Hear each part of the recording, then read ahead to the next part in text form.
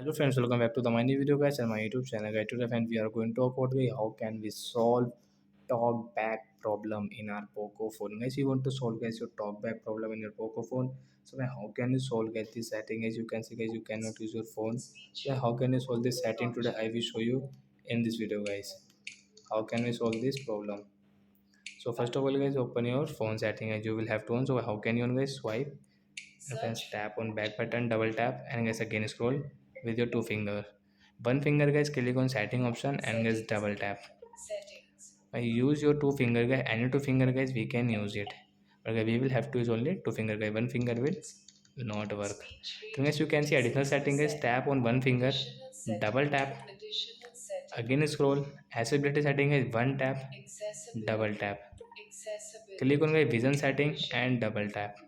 Talkback setting is double tap and double tap. Tap here, double tap, stop talkback, double tap. Then guys your talkback problem will solve in your Poco phone guys. You can use your phone guys without this problem guys. You can see guys one finger you can use it. So that's it guys. Thanks for watching the video. Bye guys.